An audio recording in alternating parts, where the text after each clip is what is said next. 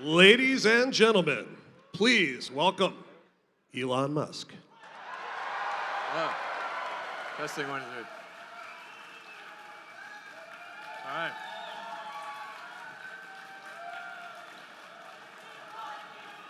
All right.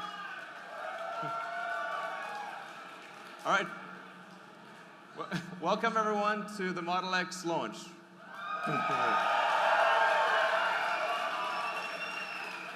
So, thank you all for coming. The Tesla team has worked incredibly hard. They've done, I think, an amazing job, and I'm really looking forward to showing you the car. I want to start off just by reminding people like what the mission of Tesla is to accelerate the advent of sustainable transport. As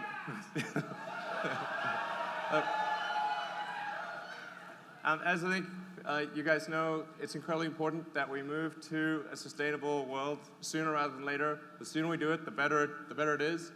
And and it's important to show that that any type of car can go electric. We showed that you could make a compelling sports car with the Roadster, and that could go electric. And we showed that you could do it with a sedan, and now we're going to show that you can do it with an SUV.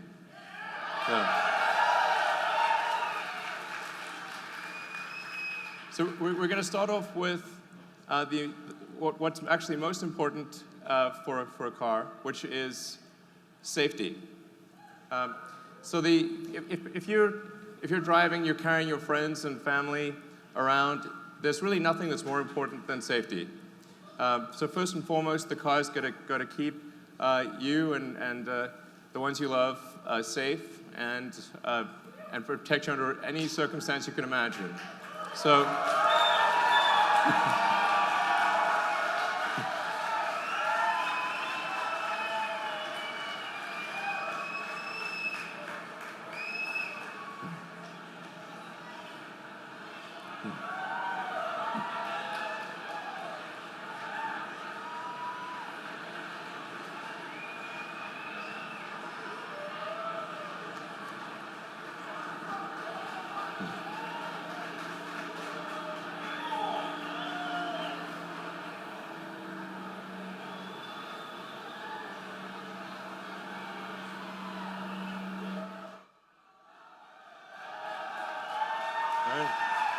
Thank you.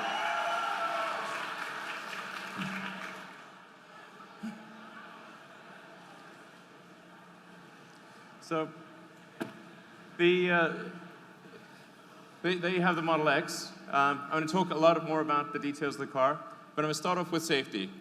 With the Model X, we've created the safest SUV ever. It's the first SUV that's 5 stars in every category. So,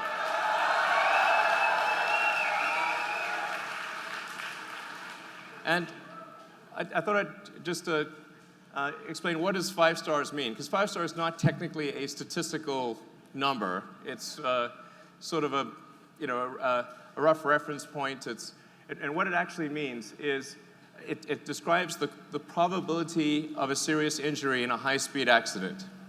So you start off with sort of 2-star, 3-star, 4-star, 5-star, and they go down in 5% increments. So a 4-star would be a 15% probability of injury in a high-speed accident. 5-star would be 10%. Hypothetically, if there was a 6th star, it would be at 5%. And we've been able to get with the Model X an expected rating of about 6.5%. So.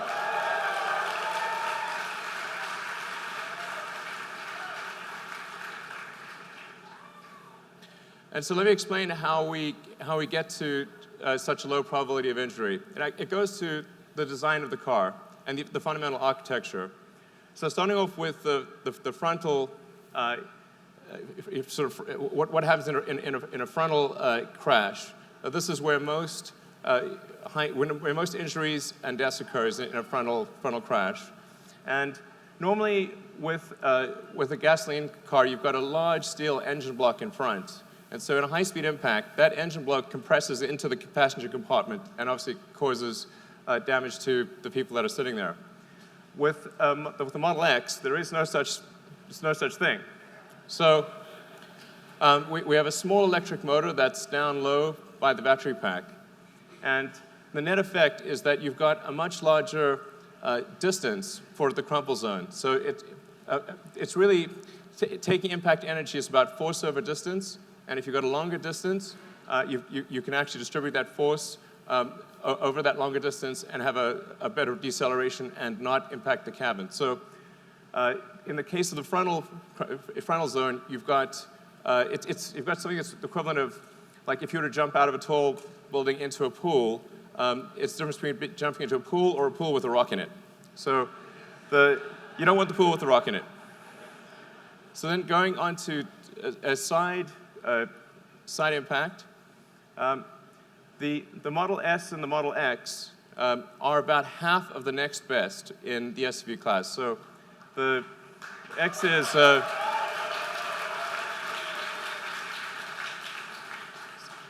the side pole intrusion is only 215 millimeters in the Model X, and that's compared to the next best SUV, which is about double that number. And let's see what that looks like in pictures. So this is what it looks like with this is the actual side pole test for the Model X compared to the next best SUV in the world. Yeah.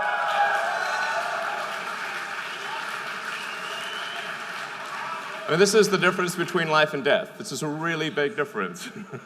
So, and then now let's look at the rollover numbers. So the Model X, because it has a low center of mass with the battery pack and the floor pan, has half the rollover propensity of any SUV or minivan. So the probability of a rollover injury is substantially reduced.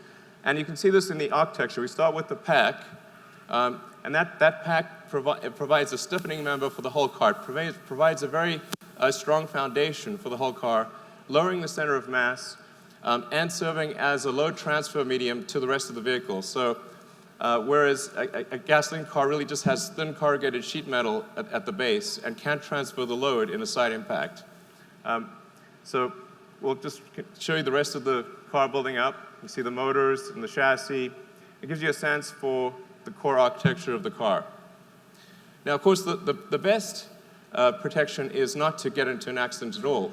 So the Model X comes standard with active safety, which includes automatic emergency braking and side collision avoidance. So the car will actually use the camera and the radar to automatically brake before there's an accident, and it will use the ultrasonic sensors around the side of the car to steer you away from a side collision.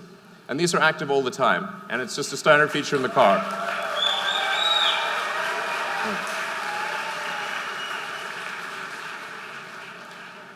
Now, the third thing, which is sort of topical,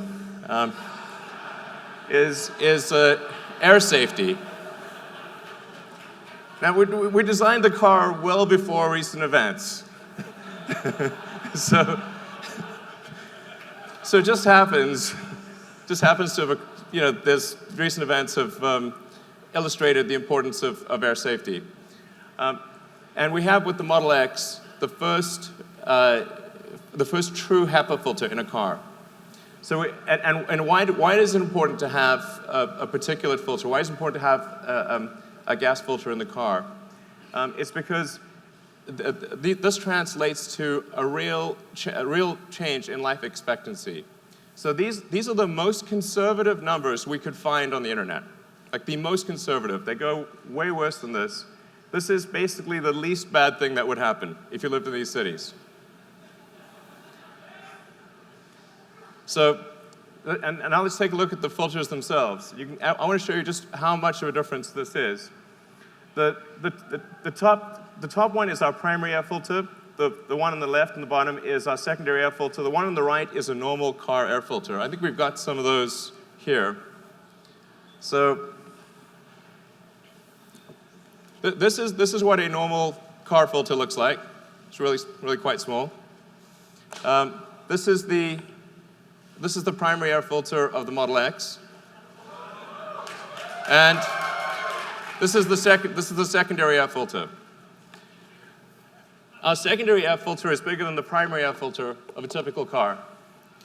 So and not only is it 10 times larger area, but the quality of the filter is greater. So that translates to a several hundred-fold improvement in the filtration capability.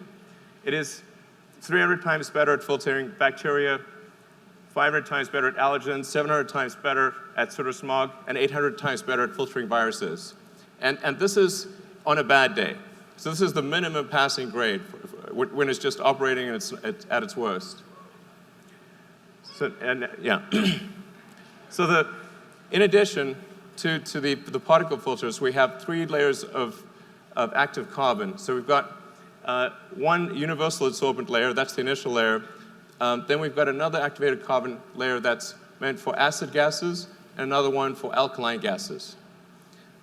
The net effect of the air filtration system is that you have air cleanliness levels which are comparable to a hospital operating room in the car. And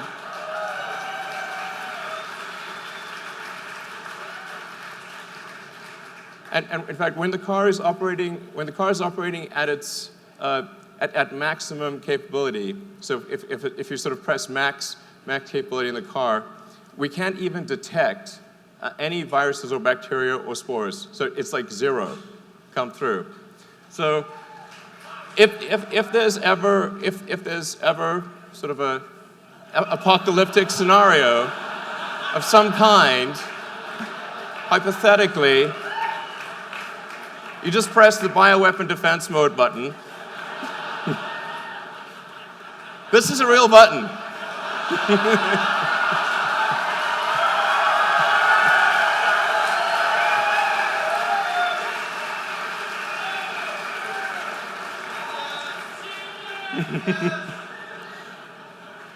So what, we're trying to be a leader in apocalyptic defense scenarios. So let's move on to the car itself. Like what's cool and fun about the car? Doors and windows. Okay. So you're obviously familiar with the Falcon Wing door. What we also have is an auto-presenting front door. So what it'll do is it'll triangulate my position and detect that I am moving towards the front door. It will open the front door without me touching anything. I will sit down and it will close the door, like an invisible chauffeur. Yeah.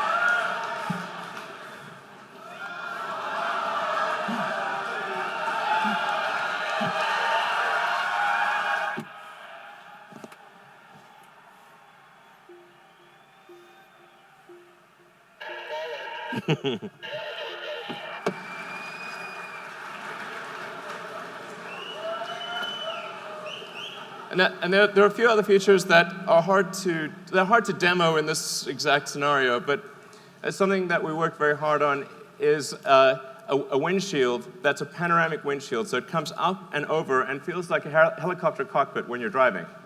So it gives you unbelievable visibility.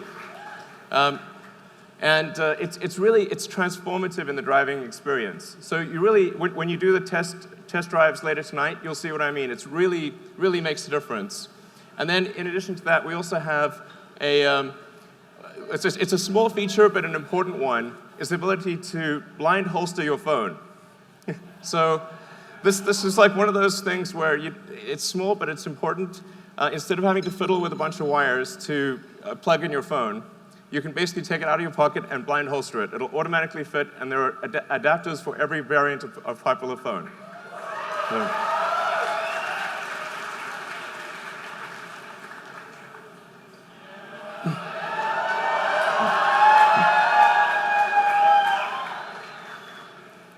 So let's open these doors.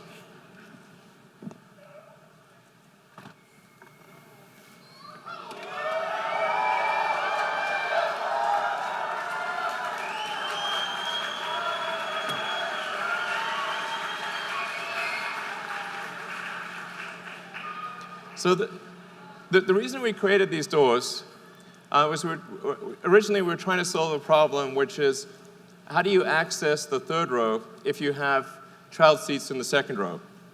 And I encountered this problem when I first got a gasoline SUV, and I had twins, and once you put them in the second row, you couldn't access the third row.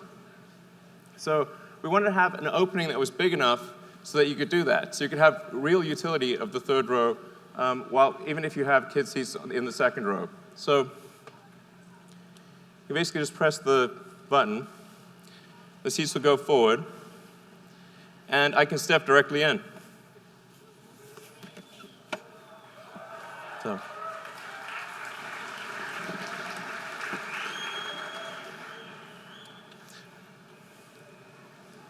It's also important that if you have, say, a child seat here, that instead of having to cantilever your kid out in front and sort of put them basically into a small hole, you can actually just stand right here.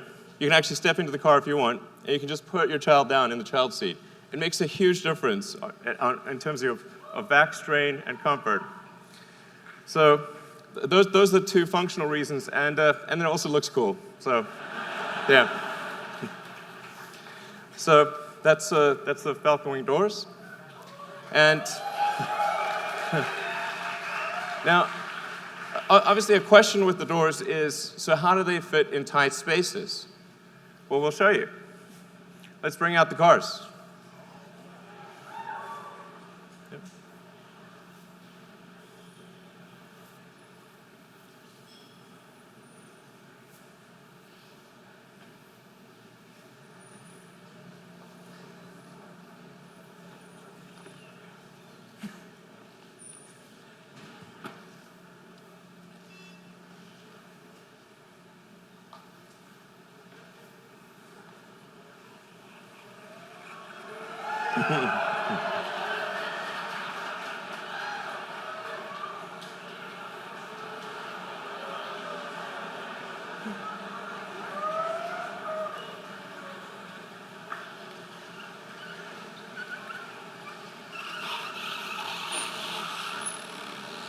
So the scenario we're going to show you here is if you've ever been in a parking lot and someone parked real close.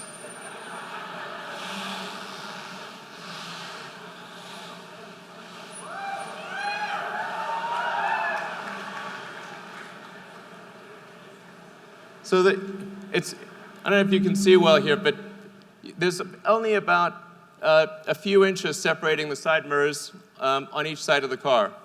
So we're going to open the Falcon Wing doors when there's barely enough room to squeeze between the two cars.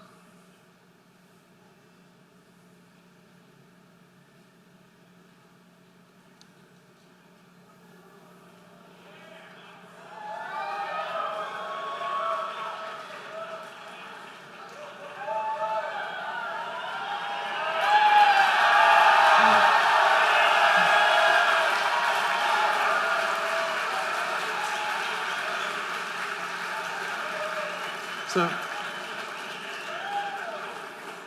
the reason it's able to do that is because, unlike a traditional gull-wing door, which is only actuated on a single hinge, the Model X Falcon Wing doors are actuated on two hinges.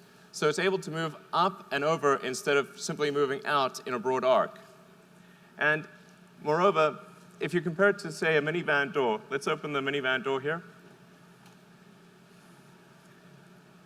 You can see that when the minivan door opens, I can't even get through that space. So let's close the minivan door. Now the Falcon Wing door is open.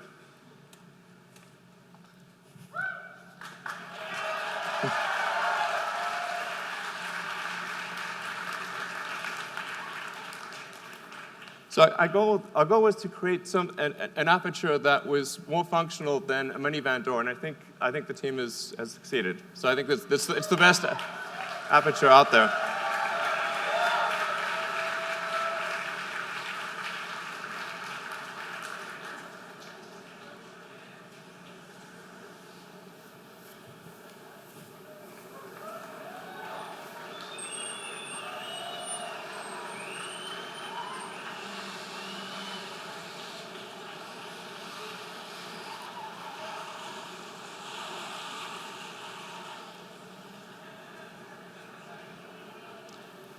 And just to illustrate what it's like in a garage, so you saw what it's like if it's tight from a side standpoint. Well, what if you have a low garage? That's one of the most common questions I get about the Model X. The car actually automatically senses what the roof height is. So there are ultrasonic sensors in the roof of the car that calculate the roof height and automatically compute a new opening arc depending upon what the height of the ceiling is and what the side obstacles are.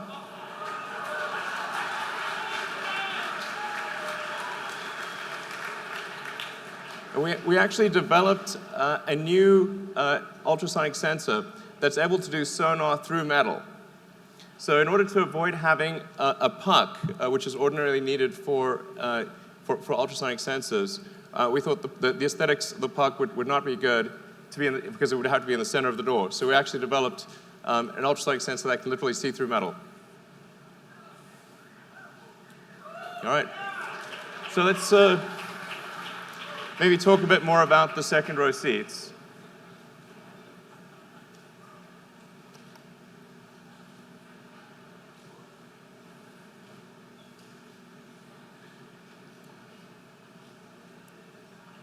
So normally second row seats in a car don't get a lot of love. So let's show you what second row seats typically look like in a car. So that's sort of what second row seats normally look like. But particularly when you open something and it's silhouetted, as it does with the Falcon Wing door, it tends to create a halo around the seat. So we put a lot of effort into creating a beautiful seat. And not only is the seat, I think, probably the best looking second seat, if that's a superlative, ever, but it actually provides more functionality because you have a flat floor and you can stow if something. So if you've got a backpack or a laptop or a handbag, you can stow that under the seat instead of having it at your feet. So it actually provides utility as well as aesthetics. All right. And speaking of utility, let's see what the Model X can really carry.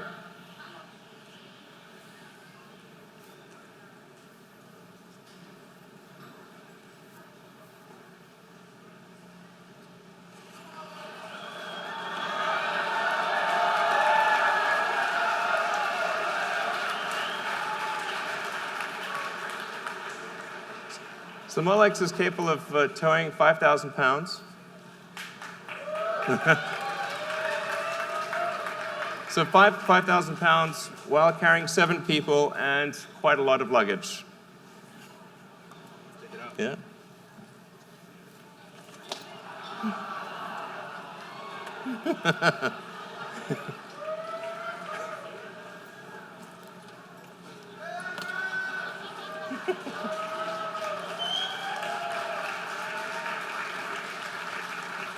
And of course, let's not forget about the front. Where's the stroller? Yes, we need the stroller.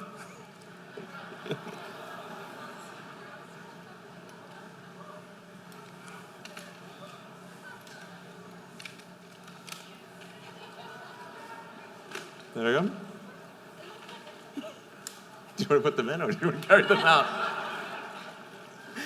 All right. All right.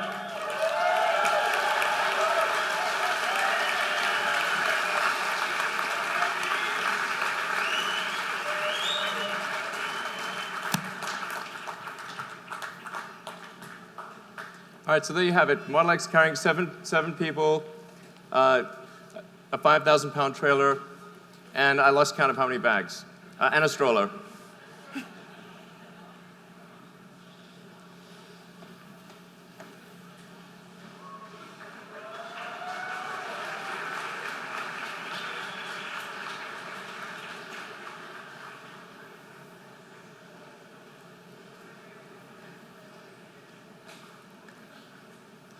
All right, so something we developed for the Model X is, like, let's say you want to carry skis, bikes, and you want to do that quickly and easily.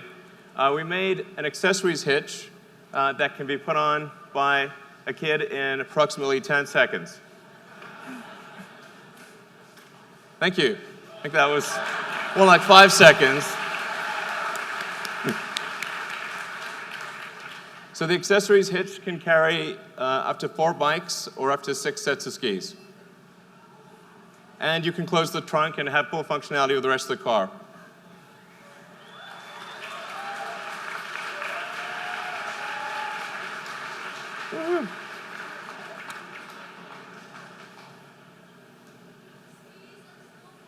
Skis and snowboards, indeed.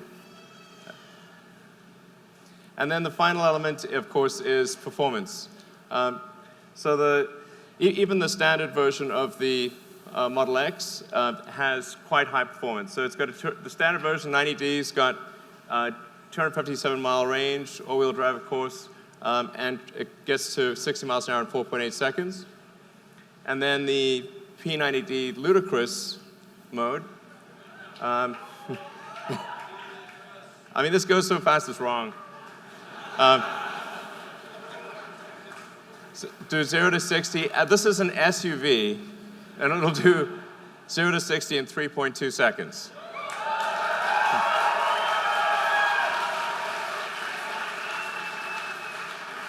All right. So with that, let's hand over the post-production cars. All right.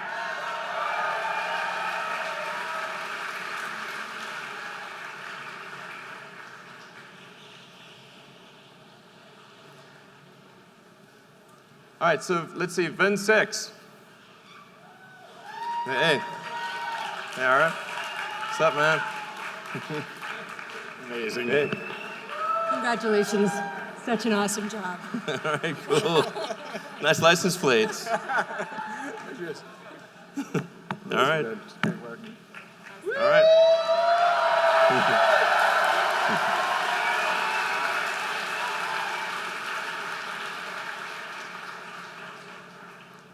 All right, it's VIN 5.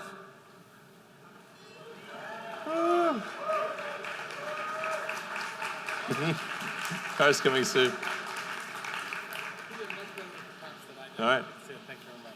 Good to see you. Is you okay? Hopefully the call will be here soon.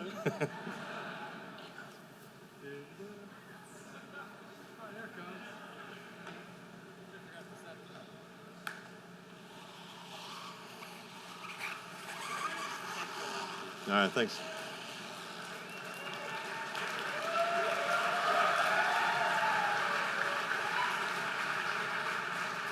All right, and VIN 4.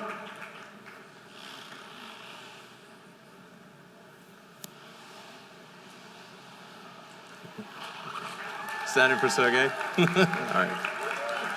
All right.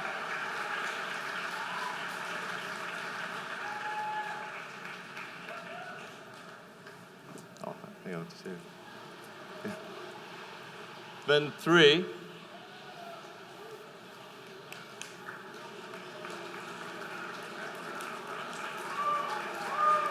All right. Good to see you. Absolutely. Congratulations. Thanks. Hey. Thank you.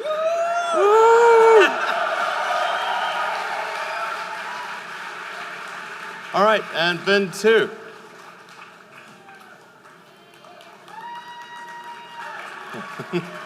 All right. Yeah, man. All right.